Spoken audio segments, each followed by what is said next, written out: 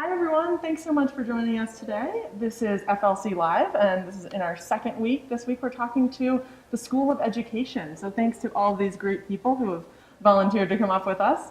Remember, if you have any questions for us, if you want to ask a specific question to anyone up here today, just type in the comments below and we will read them out and get you the answer that you need.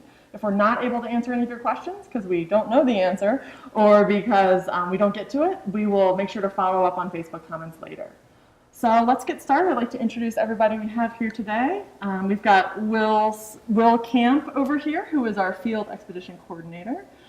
Sorry, Field Experience Coordinator. Mm-hmm. Expedition makes it sound very, very broad. Will, can you talk a little bit about your position, what you do here? Field Experience Coordinator. I'm the person responsible for helping students get into schools as soon as they possibly can in our program, sometimes as early as the sophomore year, all the way through our program into our master's program, and I also coordinate the student teaching semester. Oh, great. Okay, thanks for being here. We've also got Hallie Vanalia, who is a fourth grade teacher at a public charter school here locally called the Juniper School. Hallie, tell us a little bit about, so you're an alum of the program, right? Yeah, recent. Great, so tell us a little bit about what brought you to Fort Lewis. So I am, I guess I'm a non-traditional student. It took me more than 4 years to graduate. Okay. So I came in 2011 because I didn't know where else I wanted to go, is what actually brought me here, and I fell in love immediately. And I finished out by student teaching in Costa Rica, and I just really love Durango. So this is like my forever home. And I was lucky enough to get a teaching job in town. So. Great. We'll have to follow up more about your finishing out your degree in Costa Rica. Yeah. That sounds really cool. We've got Brianna Dixon, who's a current elementary ed major and senior. Can you tell us what brought you to Fort Lewis? Yeah, actually my first year of college was spent in Utah. Okay. I actually was more of a mountain person and I loved Colorado, so I decided to transfer to Fort Lewis College. Awesome. And that's what brought me here, and I've always wanted to be a teacher. I think since like high school, if that counts as always. That's always. Great, well thanks for being here. We've also got Lorien Schultz, who is an assistant professor in the school. Tell us about your story. So I have had the pleasure of working with Hallie and Brianna, and I was originally, I come from Oregon, but I was an elementary teacher before I went back to graduate school and really focused on literacy and language. And one of the things I love about Fort Lewis is the fact that that's what I get to focus on here, both of those, and I get to work with students like Hallie and Brianna in the elementary program, but also master's students. Okay, great. And also we've got Mike Cochran, who is in their teacher licensure master's program and is currently doing some student teaching at Durango High School. Exactly, yes. So I'm in the new master's program here and doing high school science teaching at Durango High School. And so what brought me here was I graduated from UCSB in 2011. I came here to teach snowboarding lessons and obviously fell in love with the area. It's great, the campus is beautiful. Then went abroad for 5 years to work and teach in Indonesia, Australia, and Sweden, and then obviously this place kind of resonated with me, and I was like, I'm coming back to Durango. And when I saw there was a new master's program, it was perfect for me. Awesome. Yeah. Well, great. So as you can see, everybody sort of had a different path getting here. And I think part of that is because of the breadth of the School of Education. Currently, it's the only school at Fort Lewis that offers master's programs. So Lorien, can you tell me a little bit about the different master's options, and then we'll talk about the undergraduate options as well? Yeah, so starting in 2012, I think, Sounds right. Yeah, that sounds about right. We began with the Teacher Leadership Masters, and that is really designed for people who were interested in sort of developing their leadership skills and thinking about how to grow as a teacher and a leader within a school without getting an administrative credential, because we heard from a lot of people, a lot of teachers in the area, that they wanted sort of more opportunities to sort of develop their own skills and knowledge about effective practice and professional development, but didn't want to leave the classroom. And so that's a program. Now we're in our third cohort of that program, and it's a 2-year program. And it's designed for people who already have a bachelor's and are getting a master's degree. Most of those people are teaching full-time in the classroom or working in education in some other way. And most of those people are local in that program, right? They're working, and their work becomes part of their work in the master's program? Yeah, it's a hybrid program. So you don't come to class all the time the way that our undergrad program does, but you do have to be close enough that you can sort of make the visits every, I think it's 2 Wednesdays a month right Okay. now. So 2 out of 3, yeah. Very, very doable. Yes, and it's actually it's a little less than that because we're starting to use Zoom to Okay. allow people to sort of hybrid come in, high flex in from afar. Great. I'm sure that really So- helps out a lot of people, working professionals. Yes, I think it does because everybody, and those are evening classes. Okay. Okay. So that's our first master's is in teacher leadership. Second Yes. master's, which Mike is in, is teacher licensure. Yes, that's the teacher licensure program, which Will also spends a lot of time working with, and that just began this year. Okay. That's also a 2-year master's program, but the first year is devoted to getting your credential. So right now, Mike is in student teaching, and when that semester ends at the end of April, he will have his teaching credential. Exactly. Cool. And then the second year, that's where I can receive my master's, but I can be certified to actually teach at a high school Okay. or junior high. And will you be teaching during the same time that you're completing your master's? That's the plan. Yeah, that's the What, goal. what an exciting year that will be. Yes, yeah, exciting and other things as well. Yes, stressful, but it'll be good. Awesome. Mm-hmm. Cool. And Will, do you have anything to add to that program? Well, it's unusual. It's good to see this program because it's immediately immersive. Folks come in August. We work on cohort building. We work on placing folks in schools, usually of their first choice. They go out in schools. They get anchored for 20 to 40 hours a week. They come in for classes. So it's sort of a mix that first semester. They're either here on campus or down in schools. And then we place some student teaching for the second semester, sometimes in the very same rooms where they were originally. Sometimes folks want to move from a high school to a middle school, say, or from Durango out of town. They have choice all along the way to do What they're passionate about doing. what they're interested in doing. Cool. We spent a lot of time in that first semester taking tours of local schools so people come to understand the variety of schools in this area, which is quite surprisingly varied. We've gone to Silverton, we go to Dolores, we've gone to Ignacio for people to understand every school is different. Even within a single district, every school is different. Yeah. And to see all those differences is a major part of what we do that first semester. So people can learn about variety, learn about different practice, learn about different district priorities, and then they make that pick. And so they've seen that a bit. So they can make an So they're really getting immersed in the community to see the breadth of all the options that are We out hope, there yeah, before we they make hope. that decision. And that's unlike ever before. It's deeper, it's more broad, that touring around. I think that's one of the best things about this program right now. Obviously, a lot of teachers at DHS, where I'm placed now, have done master's programs, in Denver, wherever. Yeah. And when I tell them about our Wednesday trips to actually see the variety of schools around this area, I wish I had that. It was I'm just placed in this one school and that's the only That's all we option I know. got. But it was great. Every Wednesday we got to see a different school, junior high, high school, variety, and everyone in our cohort was came in with preconceived notions, I know I'm a high school teacher, and then we do these trips, and actually, you know what, I think maybe middle school is better for me, and that was what was great about those Wednesday trips. Awesome. Yeah. Cool.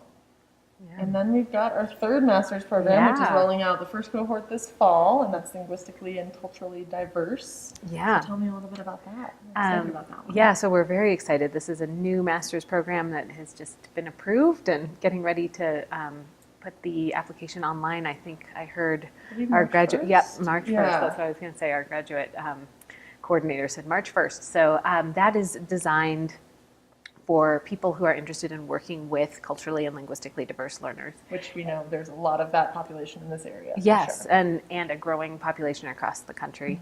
And it's actually really designed for people who are interested in international work also. And so it does a few different things. It also gives an endorsement. In Colorado, you can get the culturally and linguistically diverse endorsement. So if you go through this program, you can take the 24 credit option and get a CLD, it's called endorsement. And what does that do for a teacher? So that's something that if you are a licensed teacher, you add that endorsement onto your teaching credential. Okay. And it means that you are certified to work with students who are culturally and linguistically diverse, basically English language learners in schools. And it's a highly sought after endorsement, and it's something that some states like New Mexico actually require. New Mexico calls it the TESOL endorsement, Okay. Yeah, I and did we're see that. working to get to become authorized as a TESOL endorser in New Mexico also within this program. So you can complete the CLD coursework at the graduate level, and that's 24 credits. Or you could go on and add 12 additional credits and complete the master's. And it's actually in the same amount of time. Oh, okay. It's a 2-year program, and it's designed for working professionals, so it's a hybrid program, and you can... And I heard that the Zoom option is Yep. going to be a part of that Yes. too, so people will be able to. Yes, you know, absolutely. videoing if that is Yep. what works for them better. There'll be some face-to-face, like you'll need to come to campus sometimes, but it is designed for people who are out working and maybe, not in Durango. But one of the things we have heard is that people really love the cohort piece of it. So you can actually, you can do an online master's, but the fact that you are spending all those Wednesdays Yeah. with those people, It really makes it makes a really I big did an online difference. master's, and it's something I struggled with, not being able to build that community, as I think it would have made a big difference. Face-to-face interaction has been like a huge thing with us, especially with this new master's program. Like almost everyone's coming from out of town or from a different area, and to actually like build a community. Like I'd say our group is pretty strong right now, so it's really nice to have that option. Even though we're moving to Zoom for like our second semester, it's like to initially build that community was like very, very important, I think. So, yeah, it was awesome. Awesome. Well, let's talk a little bit about the undergraduate programs. We're going to kind of go through these slowly just because it's a little confusing. There's just so many options Yeah. within the School of Education. What are the undergrad opportunities available? Whichever one of you would want to answer that. Or Brianna. Yeah, go for it, Bri. So you're an elementary education major. That's right. So tell me about that program. What's it like? I think it's very diverse, and it's very, I think the best word I could describe it is very fun and very educational.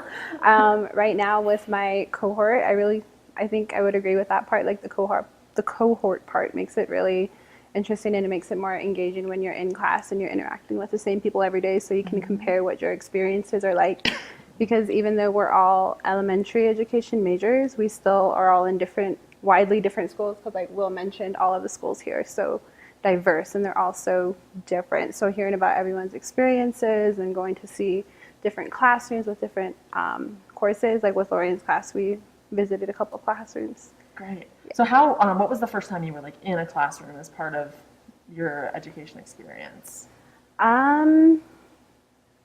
Honestly, that goes back to high school. Really? Okay. Yeah, we had like a daycare on You're knocking campus. this out of the park.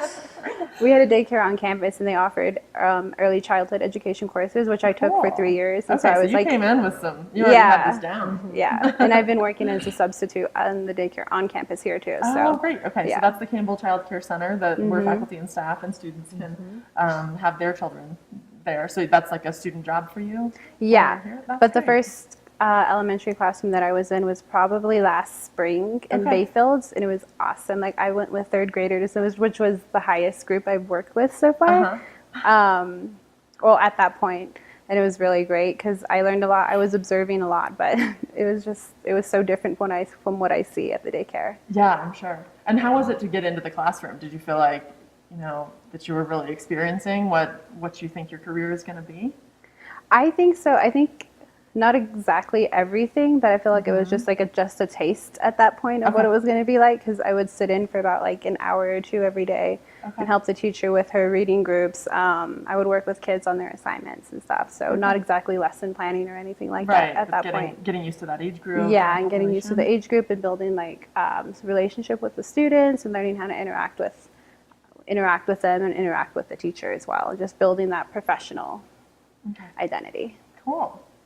And Val, do you have anything to add? yeah, something that drew me to the program originally was the amount of field work you get from the beginning.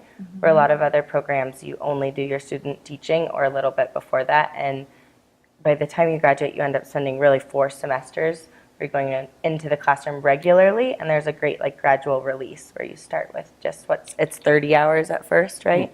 And it's all observation, and that's kind of like helping you build your understanding of what's actually going on in a classroom, and then your responsibilities grow. So I felt really supported the entire time. By the time I got to student teaching, I wasn't like thrown in and like, get into the dogs. I felt really prepared, and I felt like I had the support I needed academically from my professors, and then also just from my background experience. And having 4 semesters, you really get to go into a variety of different schools. And I was pushed to go places I didn't necessarily want to go, which really helped me like understand who I was as an educator. So when it came to my student teaching, I like knew what was important for me to be successful in the community I needed to be in. And so that was cool to be able to have that experience ahead of time. And I felt like getting to work with, at least 4 different teachers as well as mentor teachers was like amazing, because every teacher has their own style and every age group is drastically different. So rather than only having 1 semester of student teaching with 1 mentor teacher, I walked away with like a community of teachers that I could, refer back to. That's great. Which is really helpful. Cool. Yeah, again, and if you just only had 1 semester of student teaching, you wouldn't have had that sort of network to draw on. Yeah, and no offense, but learning about teaching is like not the most exciting thing. Like that's not why we're there, right? It's not like a deep theory. There's a lot of skills you're learning that you really need to be able to apply. So rather than sitting for 3 years through a program or 2 years through a program, and it's all, hearsay, and then waiting to apply it till the end. It was really nice to be able to like learn a skill and then go into the classroom the next day and be like, hey, I just learned about this. Like, how do you apply this in your classroom, or can I try this classroom really management tactic? We've used the word experiential for many, many years. Yeah. I mean, experience is what teachers are those who invent experiences for our students. We're pretty proud of being able to say, here is this experience for you to have downtown or outside of town. Here's how we can help you understand what you've done. Here's what we can give you to scaffold what you're about to see, to help you see. We talk a lot about vision and what you're looking at, so that the experience that's in front of you doesn't get lost. Giving language to experience, having our students at job interviewing time be able to speak and use the language so they can communicate in our professional exhibition and or in job interviews about what they've done. It's a critical process. It's not simply, it's no longer, it's been 20 years since it's been theory and then detached practice here. Gotcha. It's been theory and practice together with experience, and increasingly it's working that way. We're trying to figure out how to make that work in this new world of hybrid education, Zoom video education, bringing classrooms into campus from the reservation, from distant towns, and then sooner or later it's going to be next year we might have former MAE program people hired abroad. There's one young man, I don't know if you want to go abroad. I'm thinking about it, yeah. But I know Luke just got a contract signed with Ecuador. So that happened because he just went to a conference in Boston, and he just signed a 2-year contract with a school in Ecuador. Nice. So yeah, that's really happening. Great. So we'll have Luke in video from Ecuador. Talking about his experience there. So we're and try to continue making it experiential, but also doing like this rigorous sort of pedagogical work that needs to be done to complete a master's dissertation, for instance. Since we're talking about the international piece, Hallie, can you talk a little bit about how you finished out your undergraduate with teaching in Costa Rica? So part of it was inspired by my CLD endorsement. So I have the culturally and linguistically diverse endorsement in Colorado. And I really enjoyed working with English language learners. And I had actually gone and taught English in Nepal before I joined the education program. Oh, wow. And I had no idea what I was doing. And so it was nice to like have that experience and come back and be like, wow, I really need some skills. And look, you can take classes about that. I can take classes, and it can just become part of my degree, which was really cool. I didn't have to take any extra classes, or I had to take one in order to get that endorsement, so it didn't really add any time on. And it is definitely a really valuable skill. It helped me, I think, with job searching a lot to stand above the rest, especially in a community like Durango where it's really competitive. And so part of that was I wanted to go to an international school because I like the idea of international education and the schools. And I went to an international baccalaureate school, which is a program that is all over the country, and there are IB schools here, and I'd worked in one here during a prior immersion semester. And another professor had this connection that was really seamless. So it wasn't that I was overly drawn to Costa Rica, but it was just really set up for success. And so I was the first person from Fort Lewis to go to the school in Costa Rica that I went to the Pan American School. And it was awesome. It was really difficult. And I actually really missed the cohort community because I was satellite. And your student teaching year, you are, in the undergrad program, most of it is satellite. But I didn't have, there were no other student teachers there while I was there. So I missed that kind of camaraderie. But it was a really amazing program, and I feel like I grew a lot. And I was able to take this aspect of education that was really important to me that's not necessarily something everyone else wants to do, and I was supported to go and make that happen. And I had these guys and all of my other professors helped me make it happen and get the paperwork in line, and it was really easy. So what was really challenging about it other than just the social aspect of missing the group of people you'd been with? Well, I taught, it was an English-speaking school, but I taught kindergarten. Okay. So 4-year-olds are not bilingual, nor am I.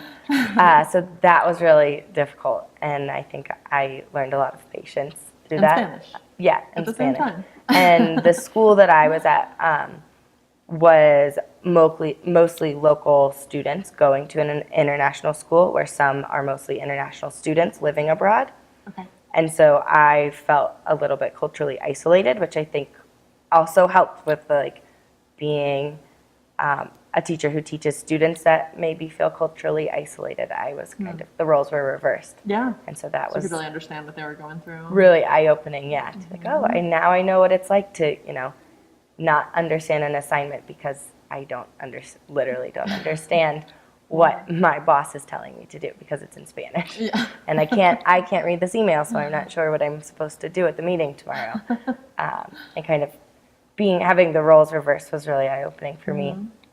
And just living in I was living in San Jose. Oh, wow. So that was the first big city I'd lived in, and it's not an easy No.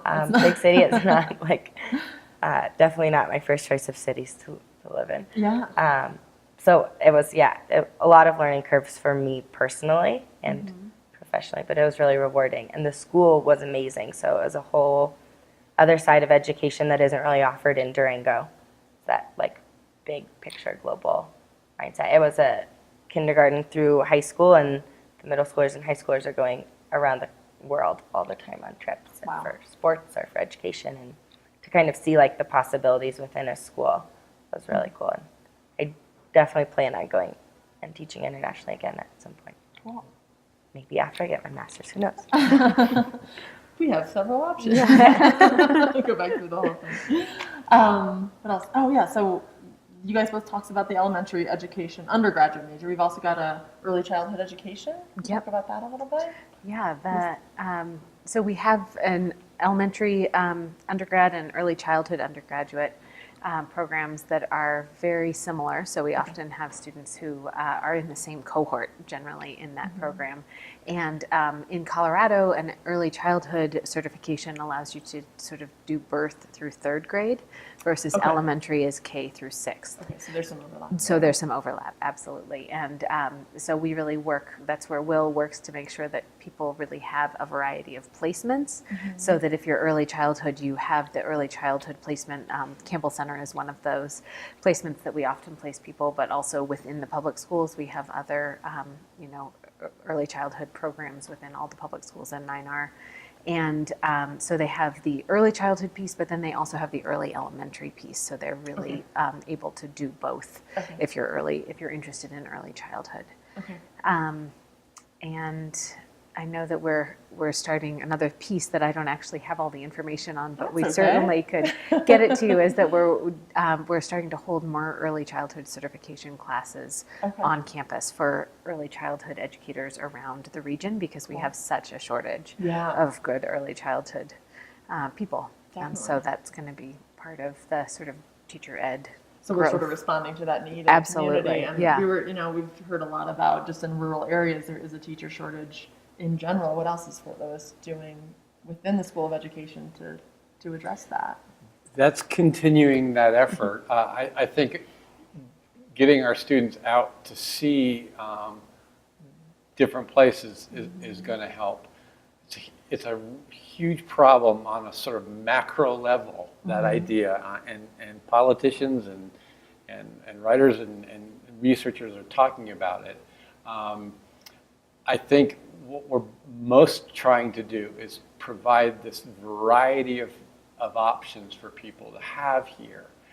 Listening to this the last couple of minutes, I'm thinking when I first started years ago, the word tradition, everything was traditional. It was you come to college, you go through classes, and you go out and you're a teacher. That's one part. These two young women went through that program that way, sort of, but really had another option. You had another option. Brianna is the most traditional person here in that that's going to continue. Somebody who's young and knows what she wants and can do that. We always want to have that. But what we're starting to realize is that if teaching is going to be attractive to others, we've got to make it easier for people to get access to education, schools. We need to reward them in a commensurate way for their effort by giving them a degree in 2 years, a master's degree, by helping them find a job right after if we can. We work very hard in our department to help people get prepared for job interviews and become competitive in higher stakes districts where it's more competitive.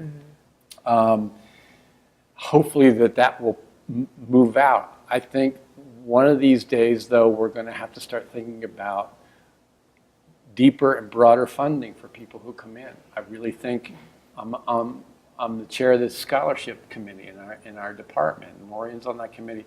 The more I work on this year after year, I think sooner or later we're going to need to make it simpler. We're going to need.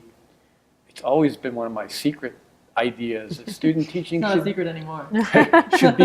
student teaching should be paid for. Students are still paying tuition to student teach. I mean, student teaching should be an apprenticeship where people don't get into debt to student teach.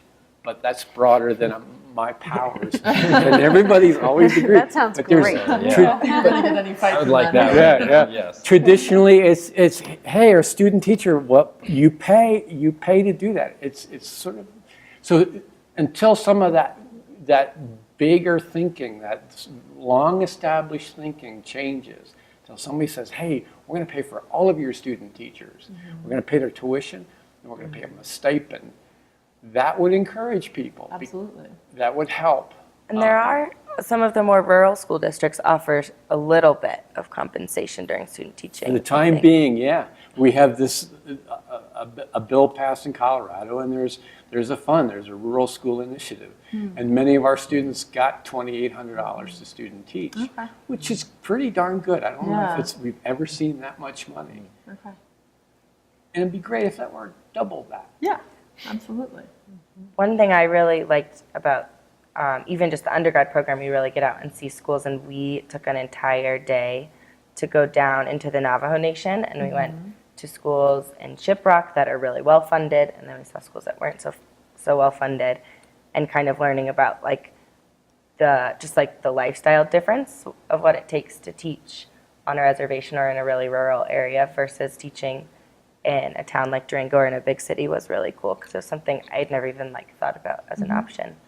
And I know that post-graduation, teaching in rural schools, there's often a little bit of something to sweeten the deal to get people to go out to those rural places that they don't necessarily want to go to.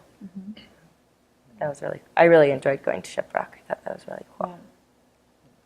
And at least, I mean, what enticed me here, being originally out of state from California, at least the master's program does allow in-state and out-of-state to have the same tuition. So a lot of like the cohort is out of state, and when we saw that for the first time, everyone was really excited about applying here because honestly, I mean, maybe this wouldn't have been my first choice if I had to pay out-of-state tuition. Yeah, So, it makes a difference. yeah, that was a big sure. thing for me, which was nice, yeah. Okay. And Will is really good at getting scholarship money put together. So Yes, if he is. Scholarships. talking Yeah. about that, yeah, Definitely. he does. It's a really very good job. rewarding part of what I do. Yeah. And this spring is going to be even more exciting. We have Yeah. more money than we've ever had before Oh, that's great. to find Ha- people to help. I think even since I've been here, there's just been an exponential increase, right, in the sort of scholarships available to teacher ed, thanks to all you've done, and some very generous donors. Yeah. Absolutely. Yeah, so that's really. And we'll exciting. keep pushing until we I have know. comprehensive support for Guys like that. That's great. That's awesome. So the one thing, the part we haven't talked about yet is secondary teaching or secondary education. What kind of opportunities are available there? Well, I'm currently in secondary teaching Okay. right now, and actually I think everyone in the master's cohort is. There's 11 of us, Okay. inaugural year. And yeah, when we're talking elementary, that I like panic attack. Oh my God, I could never be with like second or third graders. That's what you think right now. Exactly. I don't know. Yeah, sometimes those 10th and 11th graders, I don't know what grade They're they're so in. stress-free. Yeah. Oh yeah. Very. But this program, they do a great job because our first semester, same thing. We do about like 20 hours a week, like actually in the classroom, and then we meet on campus, kind of build the cohort, you know, have a shoulder to cry on if need be with our cohort.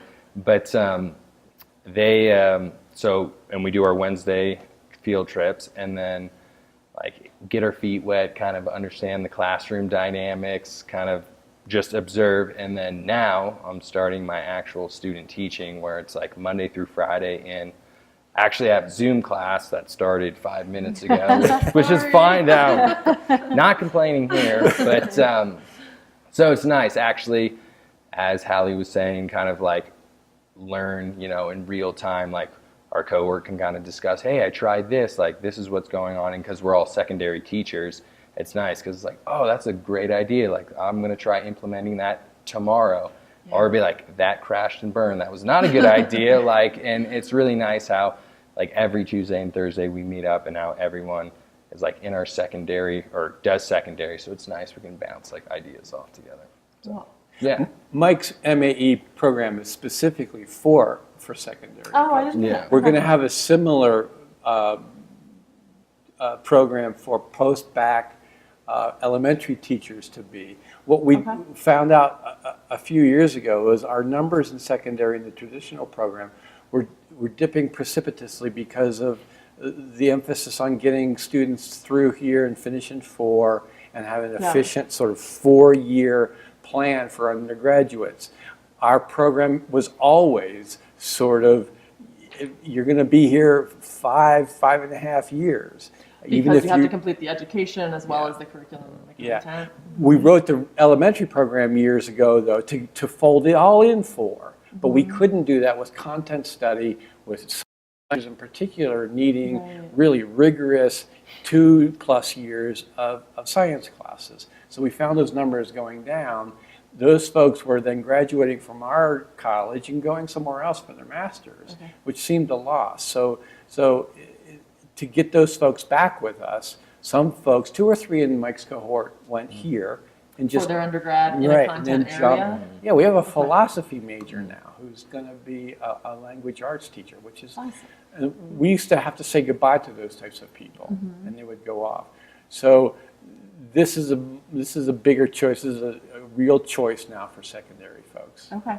So secondary, they spend their undergraduate working in the content and then go on to a master's for the licensure. Though there actually are other options for them currently as well. there So are. if you are an You've got undergraduate music secondary, education, is that still one of the options? So Okay. we sort of think of it as secondary, and then the K-12 people who are going to get a credential in for example, music, and they'd be able to teach K through 12, or Spanish K through 12, art K through 12. So you have the choice of completing your undergraduate major and graduating, as Will was saying, and then applying to our master's program, which is the 1-year credential and then the 2nd-year master's.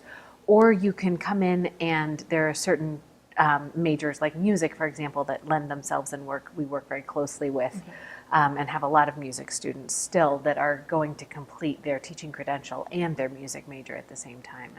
And so our associate, I guess she is the associate dean, right? Chris Greer does a lot of individual talking with students and figuring out what is the best path. Like. I mean, there's so many different There are opportunities lots of and options options here. It just seems like you guys can create what each student would need to achieve what they want. Yeah, it's also happening. Yeah. And I mean, I think one of the things about the program that Mike is in is that it allows, it's often very appealing to people who've been out in the world and then are interested in coming back. And it also helps, a master's degree really helps people sort of rise up the pay scale. And so this allows you to do that while you're working. Yeah. So but it really, there are a lot of options. Okay, great. And it looks like we've got a question in from Facebook. So a question about prospective students. Are there some things that a student in high school who might be thinking about a teaching degree in college, or is there some advice from you guys for things that they should do in high school before they get to college that might help them be better prepared to succeed in a teaching degree? And I'm looking at you Yeah. because you already have a little bit of that.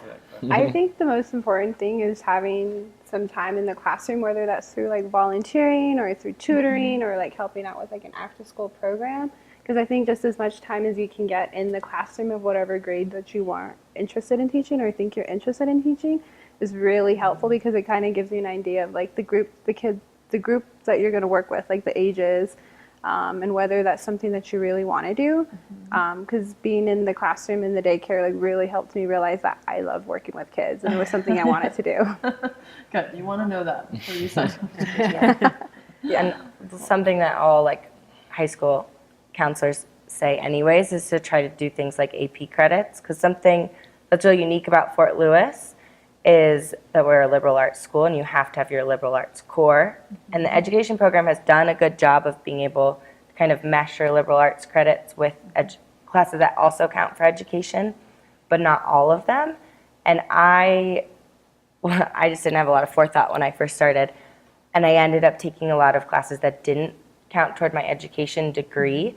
And the education program is a really like credit heavy program compared to some other ones like psychology. A lot of people finish the program and don't have enough credits to graduate, or I have enough credits for almost 2 bachelor's degrees because I took so many great classes offered. And Fort Lewis offers really awesome, unique liberal arts core classes that like I really wanted to take, and I had the option to take those as well as my education courses. But that put me behind on graduating on time. So you would recommend trying to get some extra college credit while you're still in high school through That- AP or IB? Yeah, that can count towards the liberal arts core, because you'll get plenty, like, hindsight's 2020. I got plenty of like really quality education just by like taking the bare minimum classes to graduate without all of the extra cool things I did. So coming in with as many as possible so you can kind of get a head start on education. Like I have friends that I started with in 2011 that graduated and were teaching like a full year and a half before I was, because they came in and they knew exactly what they wanted and they had those credits coming in, and it really does make a big difference. And in the end, I think that would be worth it. That's great advice for sure. Anything to add, Mike? I know you came from sort of a different route. Yeah, very different. In high school, no way would I thought I was going to be a high school teacher. So I'm not like the greatest one for advice, but I would say obviously get some experience, surround yourself, actually like involve in the experience and see if you enjoy it. Working with kids, as you found out that was your passion, or maybe you'll find out actually this isn't for me. So I would say just, get some field experience, because but that was very far from what I thought I was going to do. And even after college, obviously, I went out in the workforce for several years, and then I was like, maybe teaching is for me. Maybe I can do this. Yeah, and my personal experience, I was not in teaching, but I worked in the summer camp industry for 8 years, and it was a really good experience for me to spend a lot of time with different ages of kids. I did right after college. I actually taught at a science center for a while, and so there's lots of ways where you can try things out and just get in a classroom with. I was teaching a more casual environment without a teaching credential, but it was a really good way for me to realize that for me, teaching was not the best option.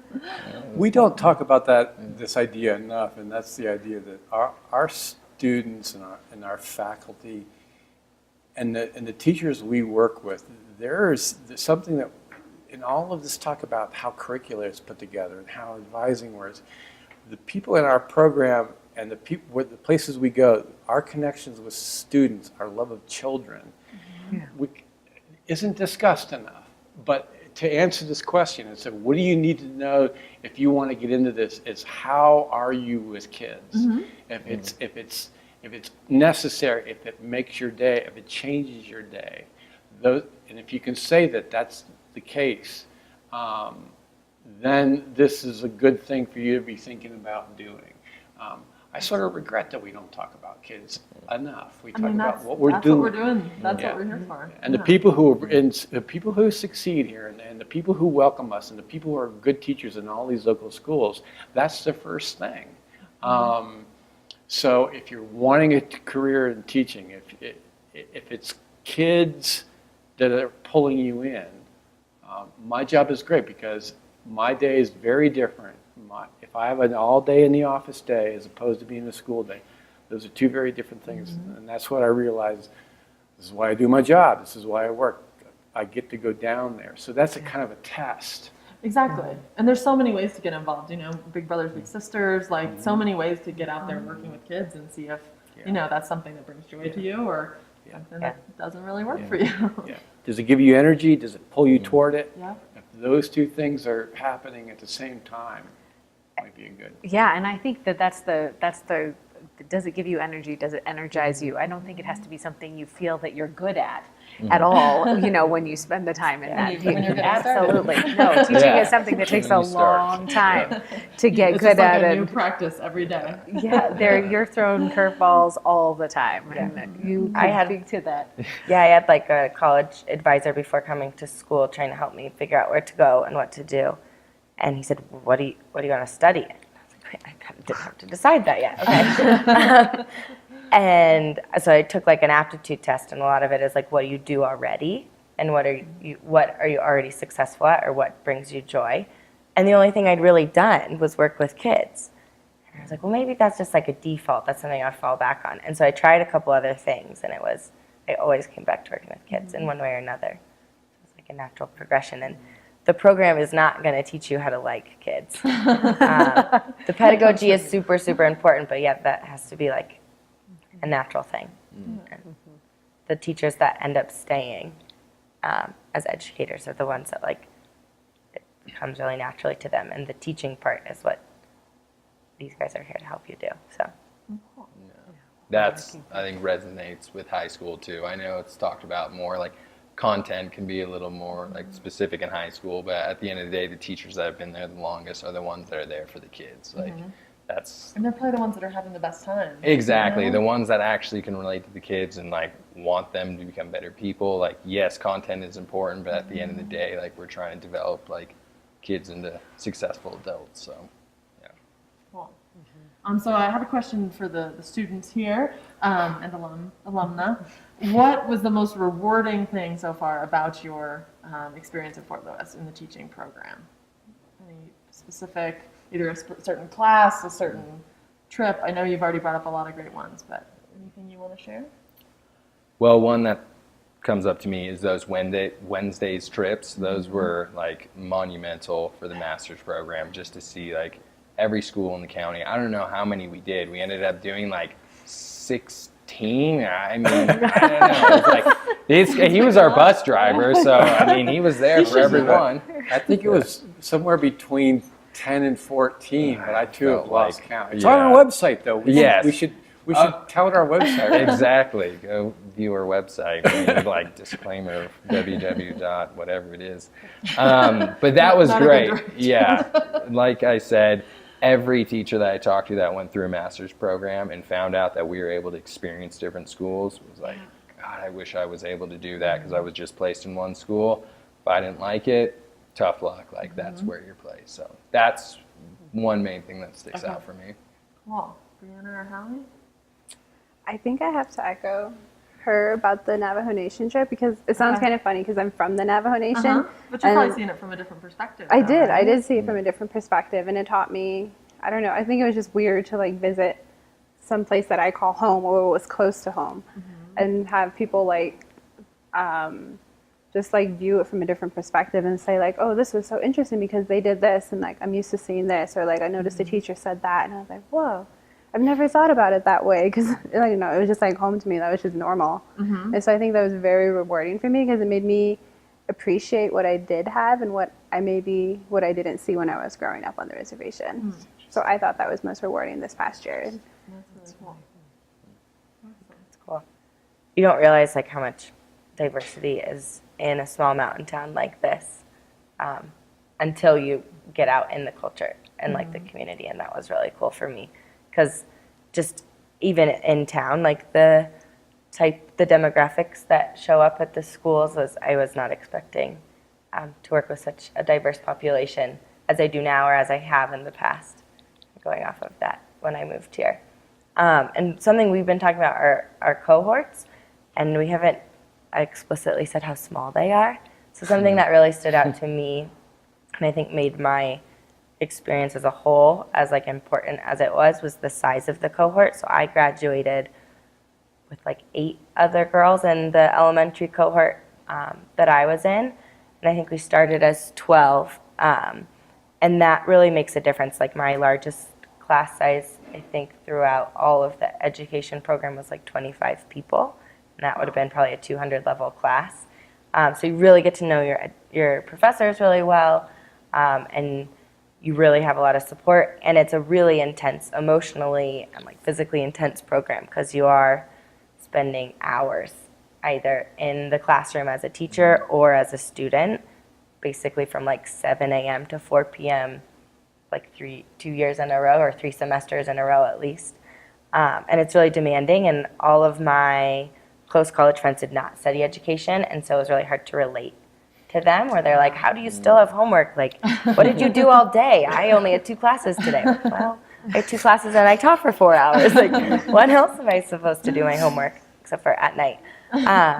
And so that really made like a world of difference, is having a cohort that could relate, and it really brought us So you guys have together. been talking a lot about the, the Yeah. support that you guys provide each other being in that small cohort. And the program is rigorous, but it's also really flexible. So if we all came in crying, there were only, 8 of us. And so our professors were always really flexible with our needs. And you really get to know your professors really, really well, and they get to know you. And that's a blessing and a curse. Unlike a big college, you can't just skip out. Can't hide. I had to have like really legitimate reasons to leave, but you cover so much being with such a small group too, and it's like really student-led learning, I think, kind of like where we wanted to take it. And I don't know how many times I'd leave after a 90-minute class and my professor would say, well, we didn't cover anything we were supposed to on the syllabus today, but I'm really happy that we had this discussion, or that we went and we did this instead. We don't shy from the difficulty. We don't shy from the rigor.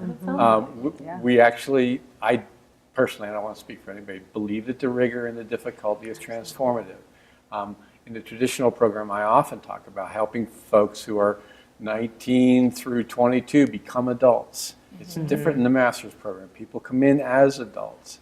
But it's transformative in that way. Professional identity, we use that phrase a lot. You will leave our program with your first license and some sense of your professional identity. And you will be able to speak about the professional identity at your professional exhibition that we have at the very end. This is who I am as a teacher.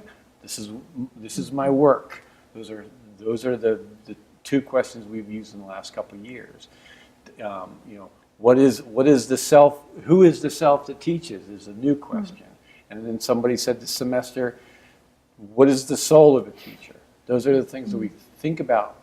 And that awareness, that self-knowledge doesn't come simply by showing up. It comes by struggle. Well, and I can really speak to that because I'm in my first year of teaching since graduating. And I'm also teaching at a startup charter school, so it's the first year of the school.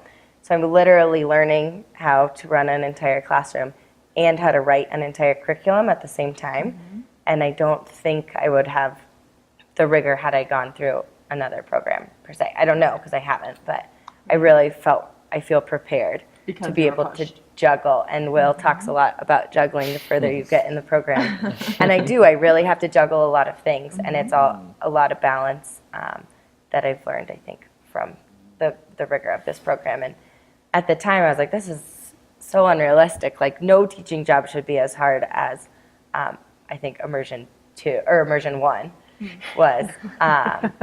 But my teaching job's like way harder. But I feel prepared Look how for smiley it. you But I are. feel prepared for it. So Cool. So we've got another question from the interwebs. Patrick has heard about immersion classes for elementary education. He was wondering what those were all about. So we call them the immersion semesters because that's really where you make that transition that Will's talking about into being in the classroom and starting to develop your professional identity. It's that switch that Hallie and Brianna were talking about, from going from sort of observing in classrooms to really having set roles. And our classes really, I think we work really hard as faculty to make sure that our classes really help sort of students see what we're talking about and gain that foundation and then apply it the next day in a classroom setting. So in Immersion 1, I teach in the Immersion 1 program, and our students are in classrooms that Will has placed them in for 90 hours over the course of the semester. So that's sort of Monday, Wednesday, Friday mornings. Then they come to campus Monday, Wednesday, Friday in the afternoon, and they're with us all day on campus Tuesdays and Thursdays. And then by Immersion 2, that quickly ramps up to more than 200 hours in the classroom, in a placement classroom, while still taking a full load on campus, and it's a more modified schedule, which really then just people are ready to slide into student teaching. And it does give students those 3 placements. So, and I really see that switch. I joke with my students that I don't actually have to take attendance by the time they get to Immersion 1, because everybody is there and ready to go, and they're there because they want to be there, and they're taking this seriously, and it's just a really wonderful place to be as a faculty member, to be able to work with people who are that excited about education and that tired and that stressed and all of those things too. We do try to be really sensitive, but I think that one of the things that I have appreciated most about this program is that all of my colleagues that I work with just get great joy from working with students who are going to go out and work with students. And so we take our jobs really seriously because we take teaching so seriously. And I quite literally use that word as a metaphor. I mean, people are immersed. Lots of times college, the first couple of years, feels like you're sloshing around in water. You're trying things out, and you can skip and you can run. And immersion, it's cold water, and it's some, and then sooner or later that water level goes up with immersion 2. And many people in student teaching feel like they are swimming, and the water might be over their heads. But we teach them how to swim. We teach them how to. Yes. No, it's not drowning immersion. No. Swimming No. immersion. No, we teach them how to swim so that they can move through that, and I think sometimes that's the way it feels. And immersion 1 is important. It's a rite of passage, as student teaching is, and then year 1 is. Yeah. kind of a make it or break it. Immersion 1 really gives you a Really. sense of like, being an educator is not an easy job, and nor should it be. Yeah. It's important. Yeah, and the program really gives you a sense of that, really, I think, in like a really honest way. If you are a good passive auditory learner, which many people are, and have only relied on sitting and listening and hearing and recapitulating what you hear, immersion is quite, because we're asking you to do. Not just listen. Get going. Yeah. Cool. Well, we only have a few minutes left. I can't believe how quickly this hour just went. Does anybody have anything else to add, either about the Fort Lewis program in particular, or just, a lot of this is just about teaching in general and the education profession. Anything else to add? I think the networking too, you talked a little bit about it, but like we had opportunities to practice interviewing and to go and do practice interviews both with professors and then with educators in the community or administrators in the community. And you really, because of all of the semesters you spend in different schools, you do really network a lot. So when I graduated, I was able to like reach out to multiple different schools and be like, hey, I was here, last year. I'm looking for a job. Do you have any leads? Or talk to the teachers that I had worked with. And I actually got the job I have now because I worked with my current administrator when she was a teacher in the classroom. Great. And so I was like, I heard you're starting a school. I love everything you're doing about it. She's like, awesome, want a job? And I mean, it wasn't that easy, but I think the connections that I made, the connections I made during my time at Fort Lewis, like definitely gave me the opportunity to work here in the community. Awesome. I would just say that I am really glad that I chose Fort Lewis as a college and as my school of choice for my undergrad in teaching, because to echo like what everyone's been saying, I feel so supported by not just the professors, but the students in my cohort as well. And just the level of scaffolding that they do is really helpful so far for me at this point in my journey.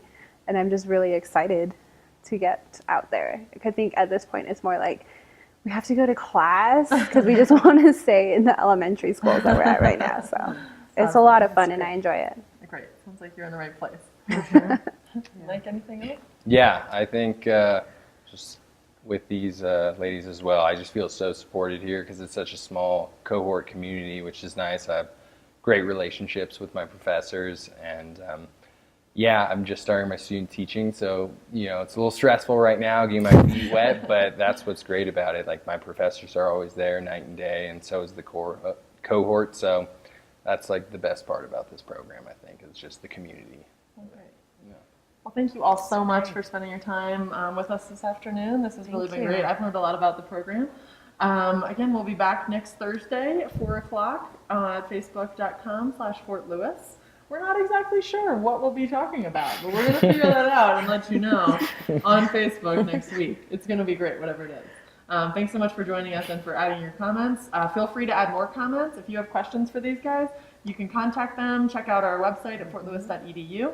And yeah, feel free to add more questions in the comments and we'll get answers to you. Thanks so much. Thank you.